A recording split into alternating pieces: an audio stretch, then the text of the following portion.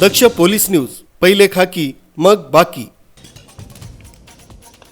पालघर जिल्ह्यातील वाडा, जव्हार आणि मोखाडा या डोंगरी तालुक्यांमध्ये गेल्या काही दिवसांपासून थंडीचा प्रचंड प्रभाव जाणवत आहे।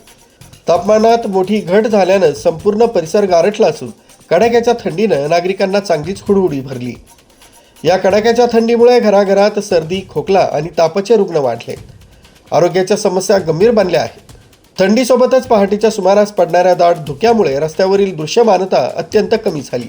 समोरचा काहीच दिसत नसल्याने वाहनधारकांना जीव मुठीत धरून प्रवास करावा लागतोय। यामुळे अपघाताचा धोकाही वाढला आहे। धुक्यामुळे सकाळी कामावर जाण्याच्या चाकरमान्यांचे आणि वाहन चालकांचे हाल होत आहेत। थंडीपासून बचाव करण्यासाठी नागरिक जागोजागी शेकोट्यांचा आधार घेत आहेत। या हवामानामुळे रब्बी हंगामातील पिकांवर संकटांचा सावट निर्माण झालाय। शेतकरी चिंतेत सापडला आहे। थंडीमुळे बाजारपेठा उशिरा उघडत असून एकूणच तालुक्याचा वेग मंदावलाय।